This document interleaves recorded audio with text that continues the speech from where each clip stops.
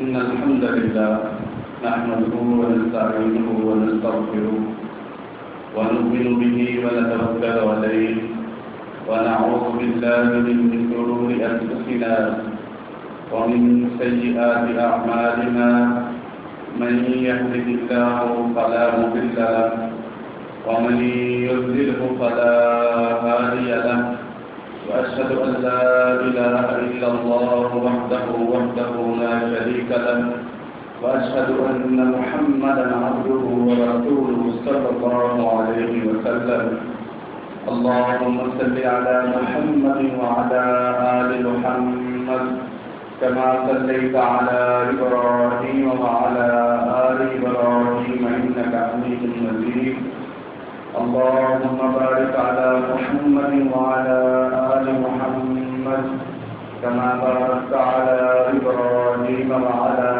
آل إبراهيم إنك حميد مجيد أما بعد فإن خير الحديث كتاب الله وخير الهدي هدي محمد صلى الله عليه وسلم وشر الأمور محدثاتها وكل محدثة بدعة وكل بدعة ضلالة وكل ضلالة في النار. أعوذ بالله من الشيطان الرجيم. بسم الله الرحمن الرحيم. يا أيها الناس اتقوا ربكم الذي خلقكم من نفس واحدة وخلق منها زوجها وبث منهما رجالا كثيرا ونساء واتقوا الله الذي تساءلون به والأرحام إن الله كان عليكم رقيبا. يا أيها الذين آمنوا اتقوا الله حق تقاته ولا تموتن إلا وأنتم مسلمون. يا أيها الذين آمنوا اتقوا الله وقولوا قولا سديدا يصلح لكم أعمالكم ويغفر لكم ذنوبكم ومن يطع الله ورسوله فقد فاز فوزا عظيما. رب اشرح لي صدري ويسر لي أمري واحلل عقدة من لساني يفقهوا قولي. قابل قدر معزز سامعین و سامعات، اللہ ہم سب کا خالق و مالک ہے.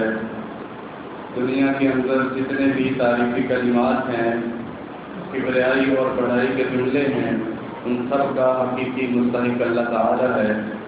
درود و سلام ہو ہمارے حقیقی پیر و مرشد محسن و مربی پیشوا مقتدا سید الاولین والآخرین جناب محمد رسول اللہ صلی اللہ علیہ وآلہ وسلم کی ذات اقدس پر. سورۃ البقرہ کی تفسیر کا سلسلہ اللہ کی رحمت سے جاری و ساری ہے.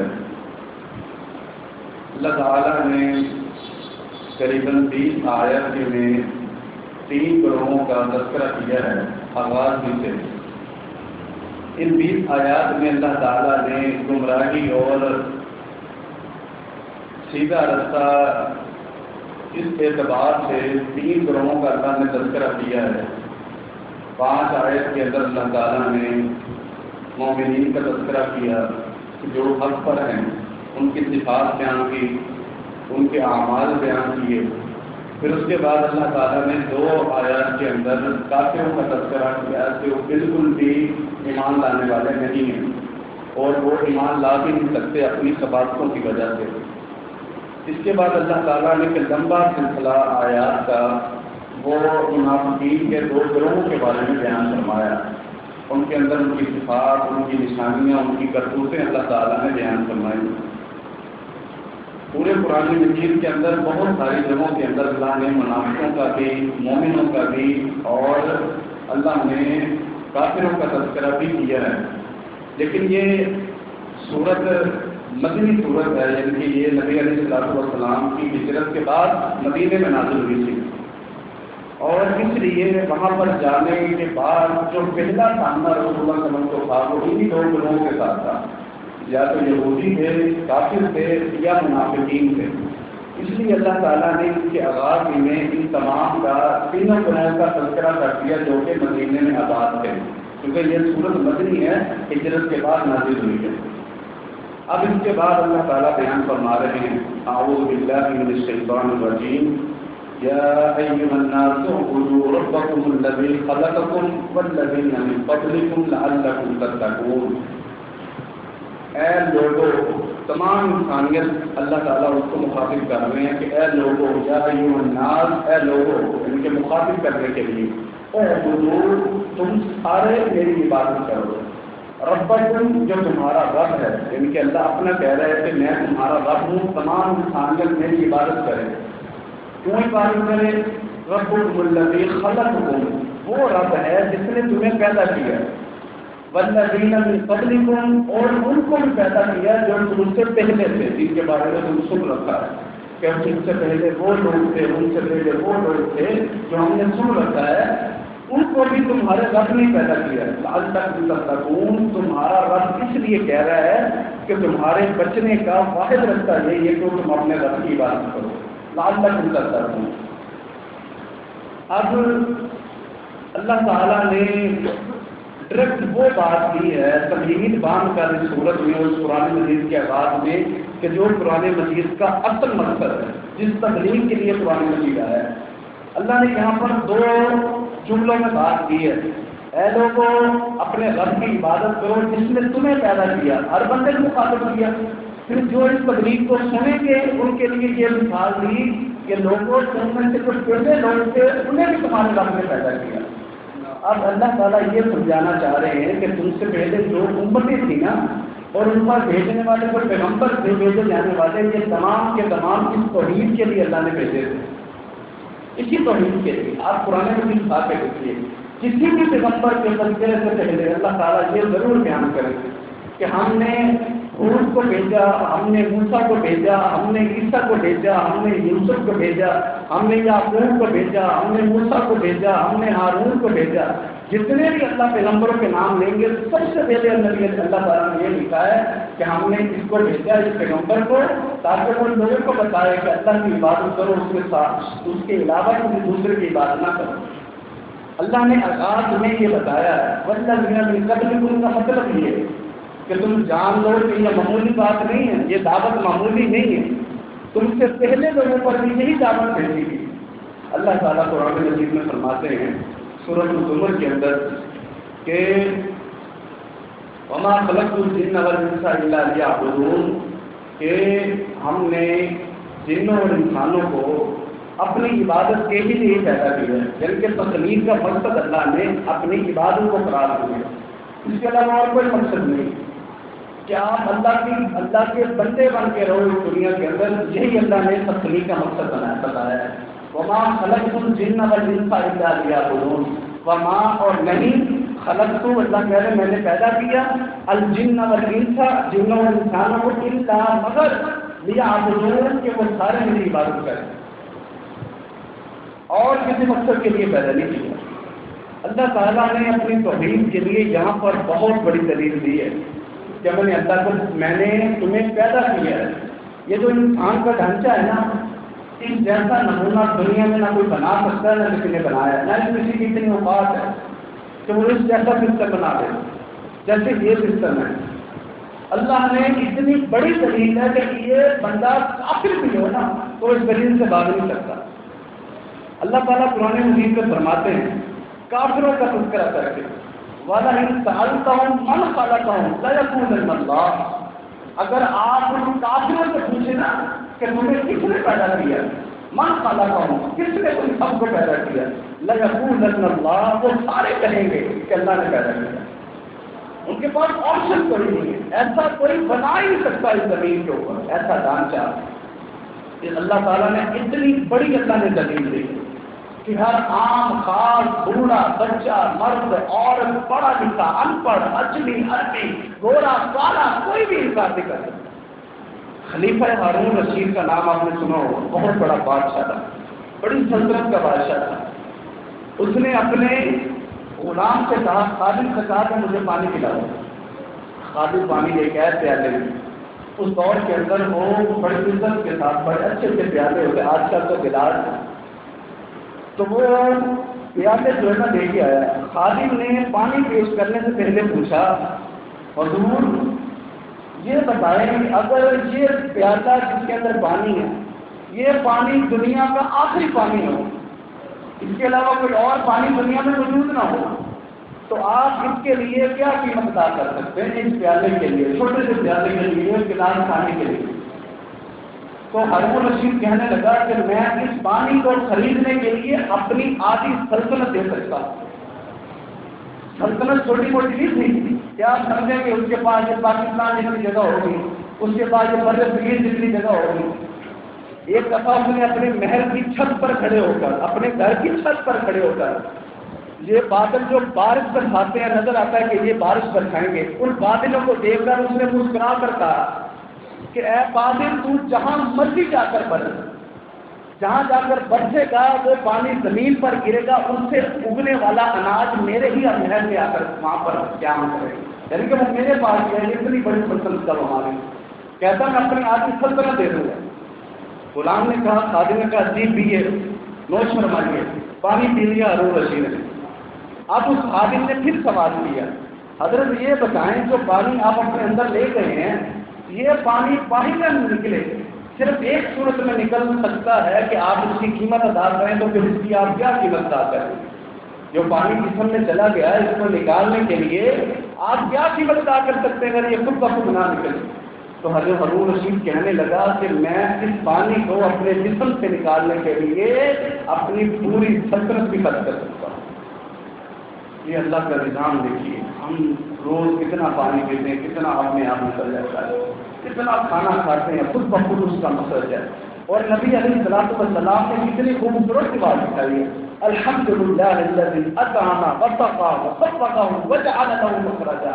کھانا کھانے کے بعد یہ پڑھو، اے اللہ میں تیرا شکر ادا کرتا ہوں جس نے مجھے اطعمہ کھلایا، وسقا اور پلایا، وصدقا اور اس کو ہضم بھی کیا، وجعل له مخرجا اور اس کو نکلنے کا راستہ بھی بتایا۔ ذرا دیر کو تصور کیجیے، اللہ نے یہ مثال دے کر کائنات کی سب سے بڑی مثال دی ہے کہ تم نے اس وجہ سے میری عبادت کرنی ہے کہ میں نے تمہیں پیدا کیا۔ اس سے بڑی اور کیا بات ہو سکتی، اس سے بڑی اور کیا دلیل ہو سکتی؟ یہ سانس جو ہم لیتے ہیں نا، یہ ایک دفعہ اندر جاتا ہے، فلٹر ہو کر باہر آتا ہے، پھر انسان کے جسم کو تقویت ملتی ہے۔ تو تصور کیجیے آپ اس کے مالک ہیں کہ جسم کے اندر سانس ہے تو آپ اپنے آپ اسے باہر نکال سکتے ہیں۔ یہ میرے رب کا قانون ہے۔ یہ بڑے سے بڑا سائنٹسٹ ہو، بڑے سے بڑا سیاروں کا علم رکھنے والا ہو، بڑے سے بڑا سورج اور چاند کے مشاہدے رکھنے والا ہو، بڑے سے بڑا زمین اور آسمان کا مطالعہ رکھنے والا ہو، میرے رب کی تخلیق جیسا ایک ذرہ بھی گناہ نہیں کرتا۔ ذرا اور کیجیے، ایک بندہ اس کا ہارٹ کا آپریشن ہوا، ہارٹ کی سرجری ہوئی، یہ عرب کے اخبار کے اندر واقعہ آیا تھا اور وہ سچا واقعہ ہے۔ عرب کا ایک تاجر، اس کے ایک نا جسم کو مسئلہ ہوا، اس کو آپریشن ہوا، سرجری ہوئی۔ اب سرجری کے بعد اسے نا بل لا کر دیا گیا، وہ 5 لاکھ کچھ تھا۔ اب وہ بل دیکھ کر رونے لگ گیا۔ ڈاکٹر نے کہا کہ اگر آپ یہ بل ادا نہیں کر سکتے تو ہم اس میں لیس کر دیتے، کم کر دیتے، آپ روئیے نا، آپ پہلے ہی مریض ہیں۔ تو اس نے جواب کے اندر کہا کہ میں اس لیے نہیں رو رہا تھا کہ میں 5 لاکھ ادا نہیں کر سکتا، میں اس لیے رو رہا ہوں کہ میں اتنی سی تم نے اس کی حالت کی تھی تھوڑی دیر، اس کا تم نے خیال رکھا ہے آکسیجن کے ذریعے اپنے بیڈ پہ لٹا کر اپنا روم کہ میں پورا اس کو کور کر کے میرے دل کا خیال رکھا ہے، کچھ دیر اس کے لیے تم 5 لاکھ مانگ رہے ہو۔ میں آج 8 سال کا ہوں، سال میرے رب نے بغیر کسی چیز کے میرے دل کا خیال رکھا، بغیر کسی چیز کے میرے رب نے میرے دل کا خیال رکھا، میں نے بدلے میں دیا کیا؟ یا ایھا الناس اعبدوا ربکم الذی خلقکم۔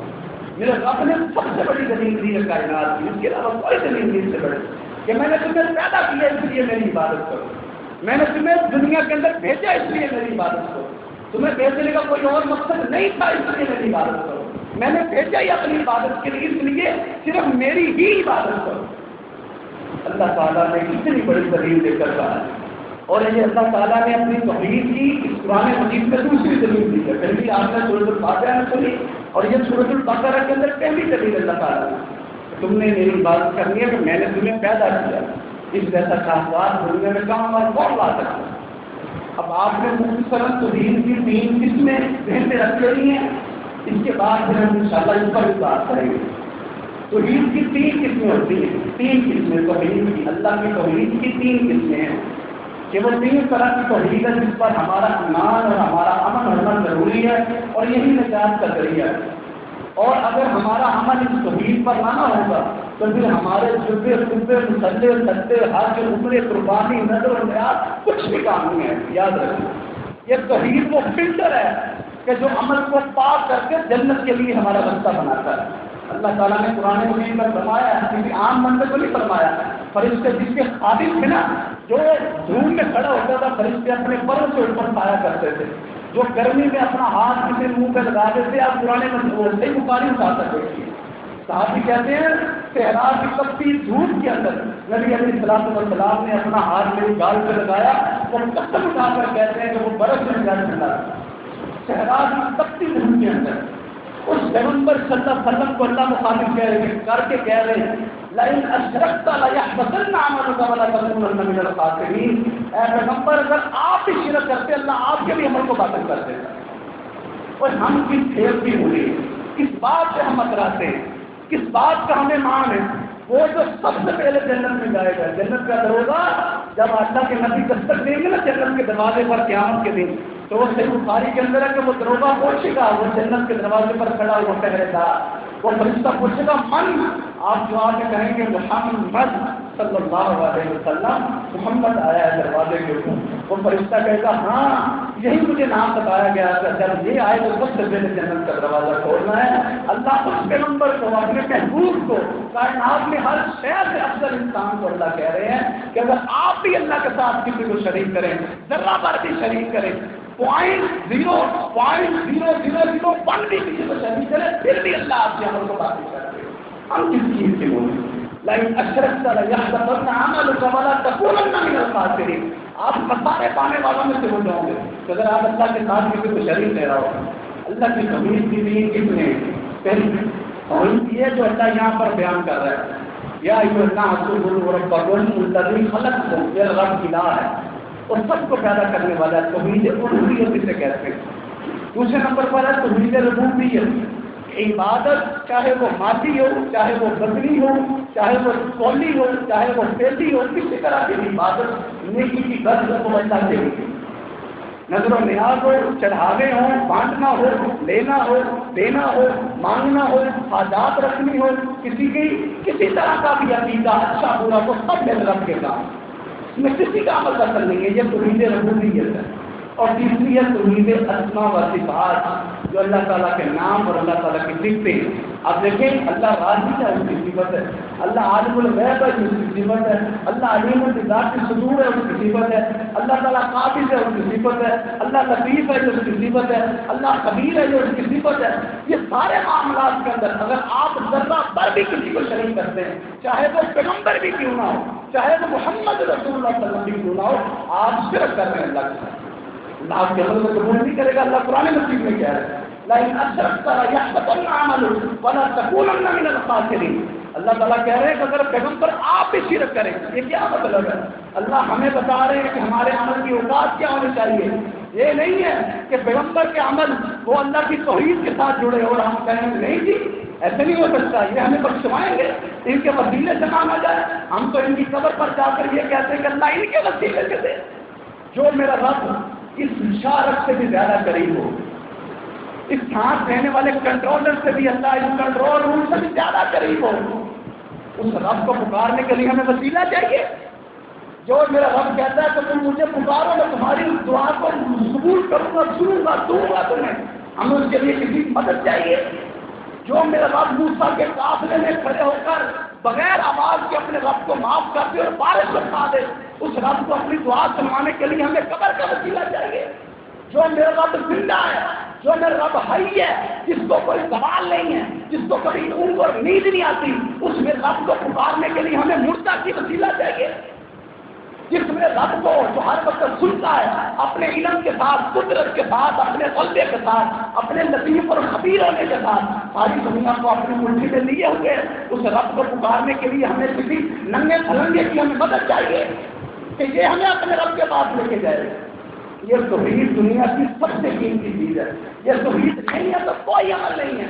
آپ کا ماتھا سجدے پہ کر کے گر گیا ہو، آپ کے یہ گھٹنے سجدے کر کے اس کے اوپر بوجھ نہ رہے، آپ طواف پہ طواف، عمرے پہ عمرہ، حج پہ حج، قرآن پہ قرآن جو مرضی کرتے ہیں، اگر یہ آپ کے پاس توحید نہیں ہے کوئی عمل کام نہیں ہے، روز قیامت اللہ تعالیٰ آواز لگائیں گے، صحیح بخاری اٹھا کر دیکھیے، محمد الفرق بین الناس، آج اللہ کے نبی کو ماننے والے سائڈ پہ ہو جائیں اور باقی سارے جو مجرمون اور سارے مجرم اللہ کہتے ہیں سائڈ پہ ہو جائیں، اس وقت کیا کریں؟ کون بچائے گا ہمیں؟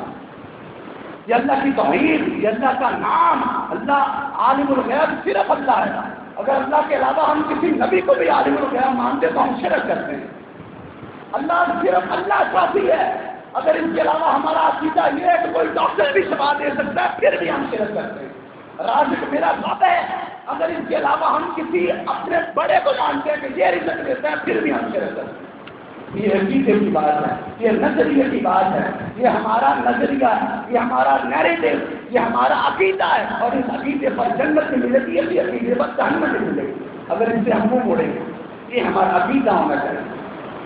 اللہ ہمارا راضی ہے، اللہ رحمان ہے، اللہ رحیم ہے، اللہ غفور ہے، اللہ ستار ہے، اللہ غفار ہے، اللہ وہاب ہے، بیٹے میں رب دیتا ہے، اگر آپ یہ سمجھتے ہیں کسی پیر کے پاس جا کر اس کی قبر پر کھڑے ہو کر اللہ سے مانگے تو آپ کے گھر میں، آپ کے دل میں بھی اللہ کی اتنی قدر ہونی چاہیے، لازمی نہیں کہ آپ مزاروں پر جا کے اللہ سے مانگے، مسجد میں آپ داخل نہ ہوں اور آپ مزاروں پر جا کے اللہ سے دعائیں مانگے تو یہ کیا ہے؟ یہ کس کے ساتھ آپ دھوکہ بازی کرنے کی کوشش کر رہے ہیں؟ یہ کس کے ساتھ آپ فراڈ اور دھوکہ بازی کر رہے ہیں؟ آپ جسارت کر رہے ہیں؟ اللہ کو نہیں پتا آپ کے ارادوں کا۔ کیا مسجد میں آ کر اللہ کے سامنے گر گڑا کر وہاں پر بیٹا بیٹی مانگے نہیں، آپ مزار پر جاتے ہیں اللہ اس کے وسیلے سے بیٹا اور بیٹی ہے؟ بڑے فخر سے جواب دیتے ہیں کہ ہم کب کہتے ہیں کہ ہم قبر والے سے مانگتے ہیں؟ ہم تو یہ کہتے ہیں کہ بھائی اللہ اس قبر والے اپنے سے نیک بندے کے وسیلے سے ہمیں دے دے۔ سبحان اللہ وبحمدہ، سبحان اللہ العظیم۔ تمہاری رب سنے گا نہیں اور اس مردے کی سن لے گا؟ وہ مردہ کیسے اللہ کو بتائے گا کہ اللہ تمہارا فلاں بندہ دعا مانگ رہا ہے؟ اگر انگریز نے دعا مانگنی ہو تو پھر بابا جی کس لینگویج میں مانگ کے بتائیں گے؟ اگر کسی چینی نے مانگنی ہو، اگر کسی افریقن نے مانگنی ہو، اگر کسی عربی نے مانگنی ہو، بابا جی تو پاکستان کے کس چیز کی وہ ساری لینگویج جانتے تھے؟ دنیا کے اندر کتنی زبانیں ہیں، ہزاروں کی زبانیں ہیں، وہ سب کی جانتے ہیں۔ میرا رب سیدھی بات کرتا ہے اور سچی بات کرتا ہے اور حکم بھی یہی دیتا ہے، یا ایھا الذین آمنوا اتقوا اللہ وقولوا قولا سدیدا، سیدھی بات کرو، سیدھا عمل رکھو۔ اللہ نے سیدھا کہہ دیا نحن اقرب الیہ من حبل الورید، جو کوئی بھی اسلام کو قبول کرے اور اپنے رب پر ایمان رکھے وہ یہ جان لے، وہ جس مرضی زبان میں، جس مرضی الفاظ میں اونچا بولے، دل میں بولے، وہ یاد رکھے گا اس کے اس سے بھی زیادہ کرے گا۔ وَنَحْنُ أَقْرَبُ إِلَيْهِ مِنْ حَبْلِ الْوَرِيدِ۔ میرا رب کتنی بڑی دلیل دے کر یہ بتا رہا ہے کہ تم نے صرف میری بات کرنی، میرے علاوہ کسی کی عبادت نہیں کرنی۔ یہ اللہ کے نام ہے، یہ مبارک نام ہے، ان کا وسیلہ ان کا دیجیے۔ وَلِلَّهِ الْأَسْمَاءُ الْحُسْنَىٰ فَادْعُوهُ بِهَا۔ اللہ تعالیٰ کہتے ہیں کہ تم اللہ کو پکارو اس کے اچھے اچھے ناموں کے ذریعے، تم اپنے اعمال بتاؤ اللہ کو، اے اللہ میں تیرے لیے نماز پڑھتا ہوں۔ وہ صحیح بخاری میں کار والا واقعہ آپ نے سنا ہوگا، انہوں نے کیا کیا تھا؟ کیا باتیں سمجھ مانگی تھی؟ اے اللہ وہ خدا بابا، وہ کرنے بھرنے والا بابا، وہ فلاں بڑا چھوٹا پیر، وہ فلاں فلاں کبھیوں والا، وہ فلاں کرامتوں والا، اس کی مدد سے ہمیں اس کار سے نکال دے۔ اے اللہ فلاں نبی کے صدقے ہمیں کار سے نکال دے۔ اے اللہ ہمیں فلاں نبی کی محبت کے کار سے نکال دے۔ وہ غار میں یہ کوئی اور نہیں بیان کر رہا ہے، اس حدیث کو خود رسول اللہ صلی اللہ علیہ وسلم بیان کر رہے ہیں۔ آپ کیا بیان کر رہے ہیں کہ وہ غار میں پھنسے ہوئے تھے، کہ انہوں نے کیا سوچا؟ ہم اللہ سے دعا کرتے ہیں، اور کیا دعا کرتے ہیں؟ اللہ کو بتائیں گے اللہ فلاں وقت میں تیری بندگی کی تھی، اگر پسند ہے تو سن لے اور ہمیں باہر نکال۔ انہوں نے ایک ایک عمل ہر بندے میں دعا کی، تینوں نے ایک ایک عمل اللہ کے سامنے رکھا، اللہ نے ساری غار کھول دی تو نکل گئے۔ اپنے عمل کو وسیلہ بنائیں گے، ایسا میرے تو تیری توحید پر میں قائم رہتا ہوں، میں تیرے ساتھ کسی کو شریک نہیں رہ رہا تھا، تجھے اگر میرا یہ عمل پسند ہے تو مجھے فلاں مصیبت سے نکال دے۔ یہ ہوتی ہے دعا، یہ نہیں دعا ہوتی ہے اللہ اس کے پھنس کے مجھے دے دے۔ آپ اللہ سے دو نمبری کر رہے ہو، بےایمانی کرنے کی کوشش کر رہے ہو۔ اللہ کہتا ہے کہ مجھے اپنے ناموں سے پکارو. آپ دعا کیجیے اے اللہ تو رحمان ہے, اے اللہ اپنے نام رحمان ہونے کے صدقے اس کے وسیلے سے مجھ پر رحم کر دے. اللہ کو یہ دعا پسند ہے. آپ دعا کیجیے اللہ تو رازق ہے, ساری دنیا کو تو پالنے والا ہے, اے اللہ میرا اس رازق نام کے وسیلے سے میرا رحمت وسیع کر دے. مانگیے اس طرح دعا مانگی جاتی ہے. اے اللہ تو وہاب ہے, تو بیٹے دینے والا ہے, اے اللہ تو ہر چیز پر قدرت رکھنے والا ہے. اپنے اس نام کی عزت اور اس کی توقیر رکھتے ہوئے اے اللہ مجھے بھی بیٹا اور بیٹی عطا فرما. اے اللہ تو غفار ہے, تو مغفرتیں کرنے والا ہے, تو آگ سے بچانے والا ہے, تو عذاب سے بچانے والا ہے. اپنے اس نام کی محبت اور لاج کی خاطر اپنے اس نام کے وسیلے سے میں تیرے نام کو تیرے آگے تیری دربار میں پیش کرتا ہوں. اے اللہ اس کی وجہ سے مجھے معاف فرما دے, میری مغفرت کر. یہ ہوتا ہے دعا مانگنے کا طریقہ. اللہ تعالیٰ یہی بیان فرما رہا ہے کہ تم نے عبادت یہ نہیں ہوتی کہ میں صرف نماز پڑھ ہوتا رکھوں. عبادت ہر وہ چیز کا نام ہے جو آپ نیکی سمجھ کر کرتے ہیں, اور آپ نے وہ ہر نیکی صرف اللہ کے لیے کرنی ہے. انشاءاللہ اگلے خطبے سے یہیں سے شروع کریں گے. اللہ تعالیٰ ہمیں صحیح معنوں پر اپنے توحید پر قائم رکھے اور اسی پر ہماری موت اللہ کرے نصیب ہو, اور ہم کسی توحید پر اس کو اپنے زبانوں پر جاری رکھتے ہوئے لا الہ الا اللہ محمد رسول اللہ اسی کلمے کے ساتھ ہم اپنی آخری سانس لیں. اس طرح ہم اس دنیا میں اس مسجد میں اللہ کے گھر میں جمع ہیں, اللہ تعالیٰ ہمیں جنت میں اس طرح جمع فرمائے. وآخر دعوانا الحمد للہ رب العالمین.